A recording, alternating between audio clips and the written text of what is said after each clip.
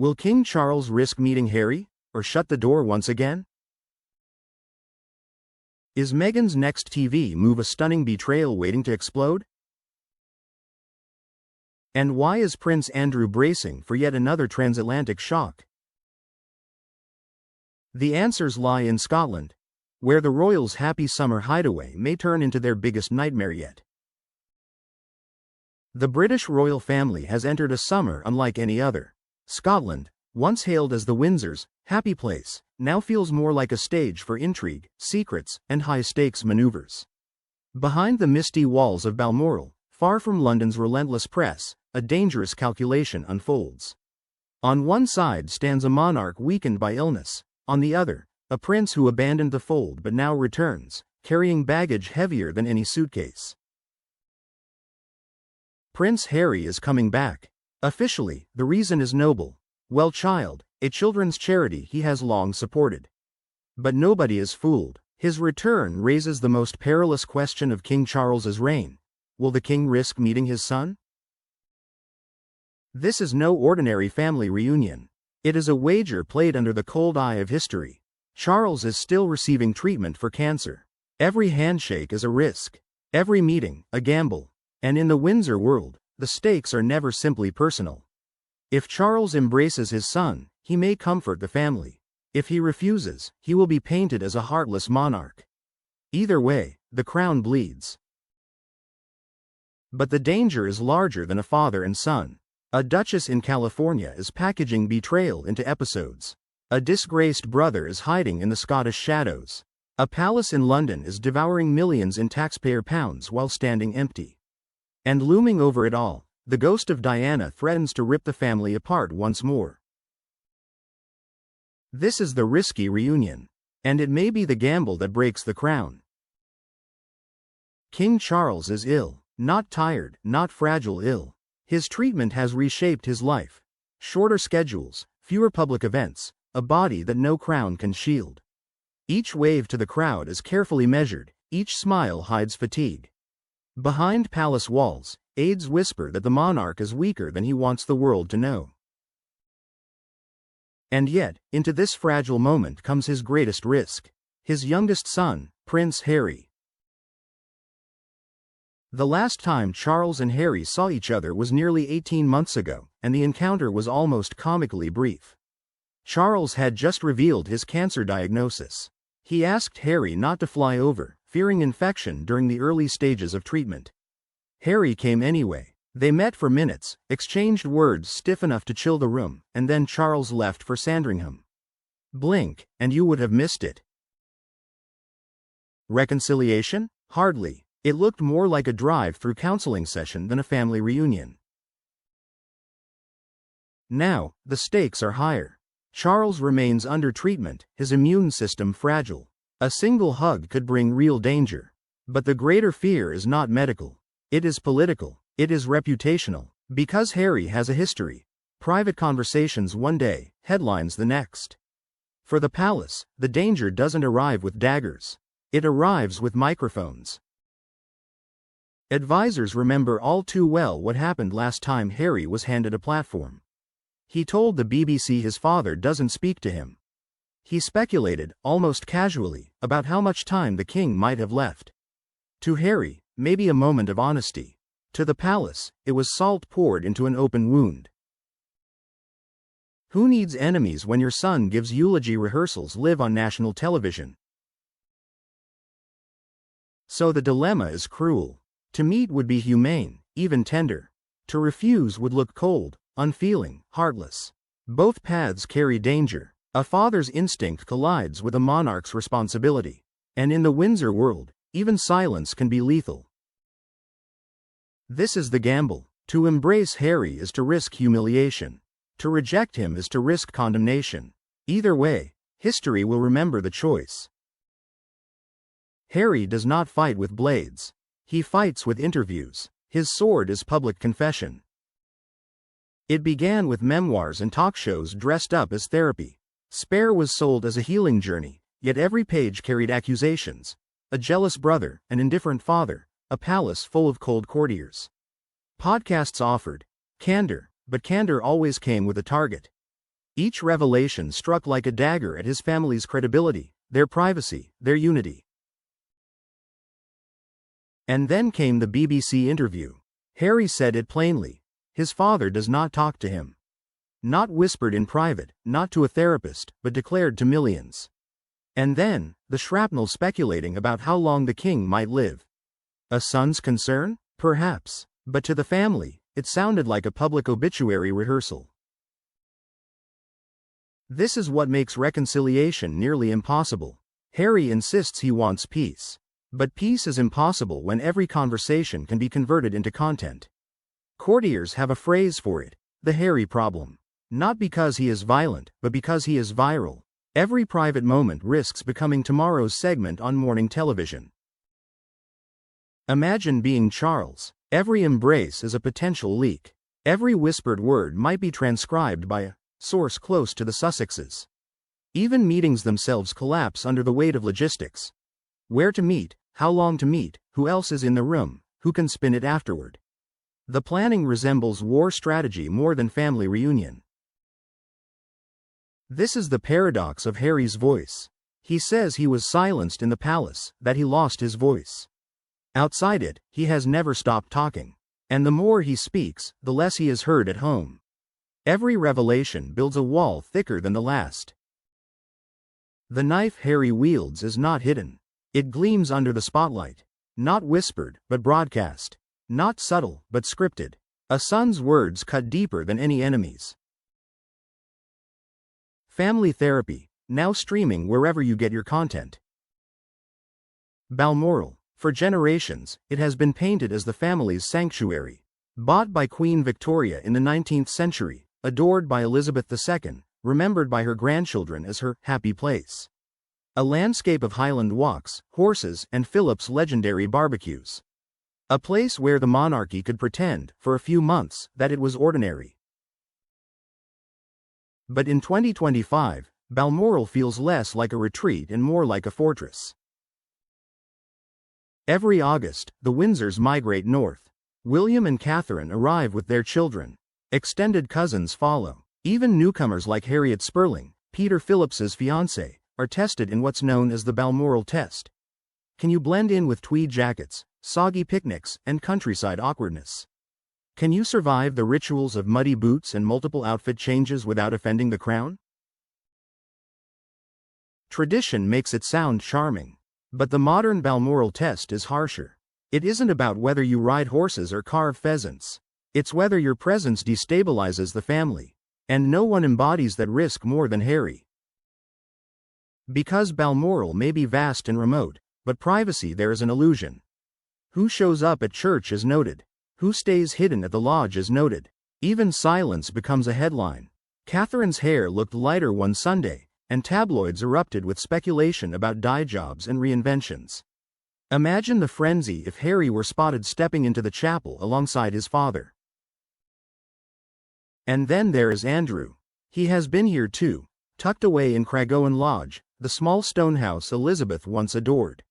But Andrew doesn't join the family walks. He doesn't appear at church. His absence is intentional, his invisibility deliberate.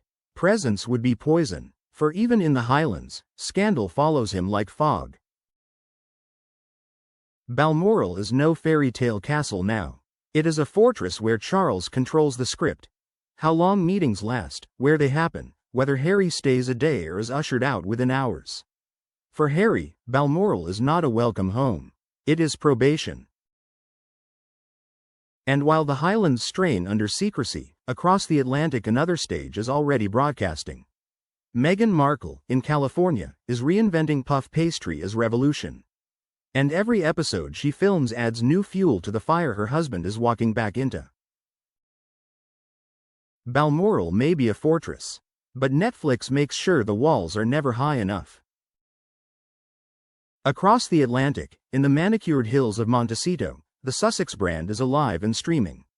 Meghan Markle has returned not to Buckingham Palace, but to Netflix, serving her audience a second season of With Love, Meghan. On paper, it's a lifestyle series: home hacks, lighthearted tips, family anecdotes. In practice, it feels like a circus. The crown jewel of her domestic wisdom? Frozen puff pastry. Yes, puff pastry, the revolution in Meghan's kitchen. Presented as if she were unveiling a lost relic, she instructs viewers on how to reinvent baking with store-bought sheets of dough. Marie Antoinette once said, "Let them eat cake." Meghan says, "Let them eat reheated McDonald's pies." And for a $100 million streaming deal, that may be the most expensive dessert in history. Her show is full of such moments. Teaching how to open a bag of sugar without spilling, demonstrating how to pack a suitcase, explaining the art of wrapping presents in fabric. To some, it's harmless fluff. To others, it's an insult. For critics, it reeks of triviality disguised as creativity, a duchess playing homemaker with the world's cameras. But buried under the frosting and puff pastry is a strategy. Every scene, every anecdote, is laced with reminders of her royal connection. A baseball cap embroidered, PH 40, a reference to Harry's 40th birthday. Repeated mentions of her husband, even when he doesn't appear. Stories about their children, always described as the kindest, sweetest ever. The branding is relentless. The message is clear. She may no longer wear a tiara, but she still wears the crown in every storyline. Reviews have been brutal. British tabloids rolled their eyes. The Telegraph dismissed the show as background noise. A critic called it Marie Antoinette cosplay in Montecito. Even The Hollywood Reporter, a trade outlet Meghan desperately needs to court, questioned why the second series even exists. For a couple who thrive on spectacle, being branded boring may be the harshest critique of all. And then there are the inconsistencies. Meghan tells viewers she dresses only in monochrome, claiming it's her authentic style. Yet, in interviews, she laments that the palace forbade her from wearing bright colors despite countless photographs of her in vivid hues alongside the Queen. She rails against pantyhose as inauthentic, while Queen Elizabeth wore them faithfully, even at Balmoral. This is Meghan's revisionist gift: to repackage minor inconveniences as major oppressions, to turn personal choices into palace cruelty. She transforms hosiery into history, frozen pastry into a manifesto. And while the king considers whether to risk meeting Harry, Meghan's episodes stream worldwide, framing her family's grievances in frosting and fairy lights. Every pie is another reminder. Every apron, another accusation. The palace may ignore one show, but it cannot ignore the drip drip drip of brand building disguised as baking. The circus is in town, and the big top is Netflix. Back in Scotland, while Meghan whisks cream for cameras, another figure lurks in the shadows of Balmoral. Not a duchess, not a prodigal son. A disgraced prince. Prince Andrew has been tucked away in Craigowyn Lodge, a grey stone house on the Balmoral estate that Queen Elizabeth once adored. But unlike her, Andrew does not walk to church with the family. He does not appear in public photographs. His absence is no accident. His invisibility is deliberate. Presence would be poison. Because even in exile, Andrew remains the ghost that haunts the Windsors. Ghislaine Maxwell, now serving 20 years in prison for sex trafficking, continues to proclaim Andrew's innocence. She insists he had nothing to do with Jeffrey Epstein's crimes. She claims the infamous photograph of Andrew with Virginia Giuffre is a fake. She even points the finger at Sarah Ferguson, alleging that it was Fergie who first met Epstein in the Bahamas, not her. But credibility is not on Maxwell's side. Journalists who investigated the photo know exactly how it entered the public sphere. Experts insist the image is real. The more Maxwell defends Andrew, the less convincing she sounds. For a royal family desperate to escape scandal, the endorsement of a convicted sex trafficker is not a blessing. It is a curse. And then came the book. Virginia Giuffre, the woman who accused Andrew and forced him into a multi-million-pound settlement, wrote a memoir before her death. Titled Nobody's Child, the book will be published posthumously. Publishers say it recounts her life, her trauma, and yes, her encounters with Epstein and Andrew. Even if it contains no new allegations, it guarantees fresh waves of scrutiny. For Andrew, ghosts don't stay buried. They publish. The king knows this. To banish Andrew outright would provoke civil war within the family. To embrace him publicly would be suicidal for the crown. So Andrew lingers in the twilight zone. Close enough to avoid rebellion, far enough to protect the monarchy's image. This is the Andrew problem. Not just his past, not just Epstein. It is the permanence of scandal. No lodge, no exile, no silence can erase him. Every summer in Balmoral, the ghost returns. And while Charles tries to gamble with Harry, Andrew's shadow stretches across the castle grounds, reminding everyone of the monarchy's darkest vulnerability. It cannot control its own blood. If Andrew is the ghost at Balmoral, then Buckingham Palace is the elephant in London. The grand symbol of monarchy is under siege not by protesters, but by scaffolding. £360 million. That's the official cost of refurbishment. Wiring older than the Second World War. Stonework crumbling so badly that a falling piece nearly struck Princess Anne. Fire hazards everywhere. For safety, the work had to be done. But necessity does not soothe anger. Because while taxpayers fund the repairs, the royals themselves quietly admit they don't want to live there.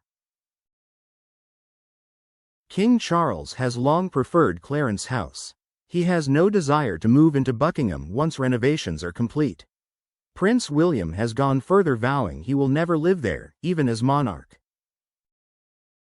So the public asks, why renovate a palace no king or future king intends to inhabit?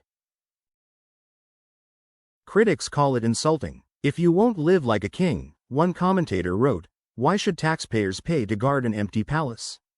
The symbolism is devastating. Buckingham Palace has always been monarchy HQ. Trooping the color, state banquets, the Queen waving from the balcony. Without the monarch inside, those rituals feel hollow. A palace without a sovereign is theater without an actor. The disconnect grows sharper. Ordinary Britons face rising costs. Meanwhile, the Crown spends hundreds of millions on rooms no royal will sleep in. Some supporters argue the renovation was unavoidable, that the palace would literally crumble without intervention. Others see vanity disguised as necessity. And then there is the royal swimming pool, almost mythical in its secrecy. Few have ever seen it. Rumors swirl about its use. Renovation documents mention wiring, pipes, windows, but not the pool. For many, it is the perfect metaphor. Hidden luxuries, taxpayer-funded upkeep, zero transparency. Buckingham is becoming the world's most expensive Airbnb, lavishly maintained, permanently vacant. And yet, the deeper crisis is not financial. It is symbolic. If Charles and William reject Buckingham, they reject the very traditions that define the monarchy. They want a modern crown without the weight of palaces, but the institution cannot exist without its symbols. The palace is being saved architecturally, even as its meaning crumbles. While scaffolding climbs higher in London, across the Atlantic Meghan revives another grievance, one that refuses to vanish: pantyhose. Hosiery, in her telling, wasn't just fabric. It was a prison. Because in this monarchy, even nylon can ignite a war. Not every royal crisis is about palaces or police protection. Sometimes it's about pantyhose. Yes, hosiery. In Meghan's narrative, those thin nylon threads weren't just clothing. They were shackles. She told interviewers bluntly that being required to wear pantyhose felt inauthentic, a costume forced upon her. To her supporters, it was proof of suffocation inside the firm. To her critics, it was melodrama of the highest order. Because here's the truth: there was never a written rule. No royal edict, no official dress code carved in stone. What there was tradition. Queen Elizabeth wore tights faithfully, even in private moments at Balmoral, thick woolen ones under her kilt. Other women in the family followed her lead, not because they were ordered to, but because they respected her. But in Meghan's revisionist retelling, every choice becomes oppression. She says she always dresses in monochrome, then complains the palace banned her from wearing color despite countless photos of her in vivid hues standing next to the Queen. She frames hosiery as a trauma, despite Elizabeth and generations of women treating it as second nature. She turns hosiery into history, a sock drawer into a civil rights case. And the palace's reaction? Not outrage, not rebuttal. Indifference. One insider's response was a single emoji, a yawn. That says it all. Where once her digs might have provoked fury, now they inspire fatigue. The grenades keep coming, and everyone is too tired to dodge. But don't dismiss pantyhose as trivial. Symbols matter in monarchy. For Meghan, tights are not tights. They are shorthand for her larger grievance, that she could never be authentic inside the palace. True or not, the claim feeds her global brand victimhood packaged as visibility. The pantyhose war is absurd, but absurdity does not make it harmless. If pantyhose can be weaponized, imagine what happens when the memory of Diana herself is placed on the negotiating table. Rumors swirl that Harry and Meghan's production company is planning a Netflix documentary on Princess Diana, timed for 2027, the 30th anniversary of her death. There has been no confirmation, but tellingly, no denial either. And in royal reporting, silence is often smoke rising from a real fire. This would not be the first time Diana's story was told. Years ago, William and Harry sat side by side in a joint documentary. They spoke of their love, their grief, their loss. They promised it would be the only time. A pact of sorts to let her rest in peace. If Harry breaks that pact, it would not be homage. It would be betrayal. Even if the Sussexes pledged to donate profits to charity, the brand benefit would be undeniable. Their names would be everywhere. Their faces on every streaming billboard. Diana's ghost, once more, turned into global content. For William, this is the nightmare scenario. He has always protected his mother's memory with ferocity. He fought the BBC over Martin Bashir's deceitful Panorama interview, declaring Diana had been exploited and manipulated. To see his own brother profit from her memory would not just wound him, it would sever what remains of their bond. And the palace knows. They cannot fight Diana's ghost. Public sympathy for her remains untouchable. A documentary would reignite every wound, every conspiracy, every grievance against the firm. The monarchy would be forced to relive the crash, the funeral, the tears on Netflix's terms. The comparison is already being made. If Virginia Giuffre's posthumous memoir Nobody's Child can haunt Andrew from the grave, how much more destructive would a Diana documentary be? One book rattled a disgraced prince. One streaming event could destabilize the heir himself. This is why insiders call it the last straw. Pantyhose was silly. Puff pastry was embarrassing. But Diana? Diana is sacred ground. To commercialize her story would be the ultimate betrayal. And so the king is trapped. A sick monarch. A son with a sharpened tongue. A duchess streaming grievances. A brother in exile. A future king enraged by rumor. Every path is risk. If Charles meets Harry, he risks two infections, one of the body, one of the monarchy. A private word today could be a headline tomorrow. A father's embrace could be a Netflix anecdote.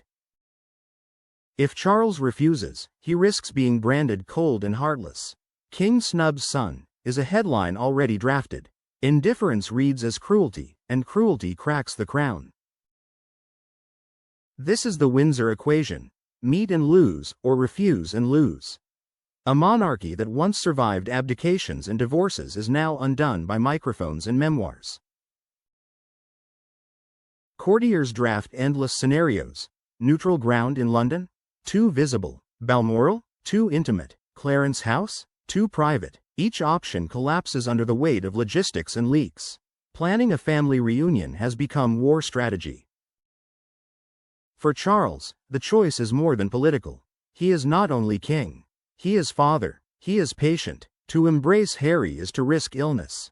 To reject him is to risk history's judgment. Both wounds cut deep. And so the calculus remains. A lose-lose game, a gamble the king cannot escape. A son who turns private words into public knives. A duchess who bakes betrayal into pastry. A brother chained to scandal. A future king ready to sever blood ties. And above them all, a monarch weakened, trapped between duty and family. This is the reality of the Windsors. Every silence a statement, every choice a trap, every act of kindness a potential headline. The monarchy is not collapsing in one great blow. It is bleeding slowly, relentlessly from 1,000 tiny cuts, most wielded from within. And the world is watching. From California to Canberra, from London to Lagos. Every gesture live-streamed, every rumor magnified, every scandal immortalized. Balmoral is no fortress. Buckingham is no sanctuary. Privacy itself is extinct. So will the king open the door, or lock it forever? Will Harry return as a son, or as a headline? And when the smoke clears, will there even be a crown left to inherit? In the House of Windsor, reconciliation is promised in whispers, betrayal delivered in high definition. And in a family built on secrets, the deadliest risk is telling the truth. Right finger, subscribe for the next royal shock. Because this drama is only just beginning.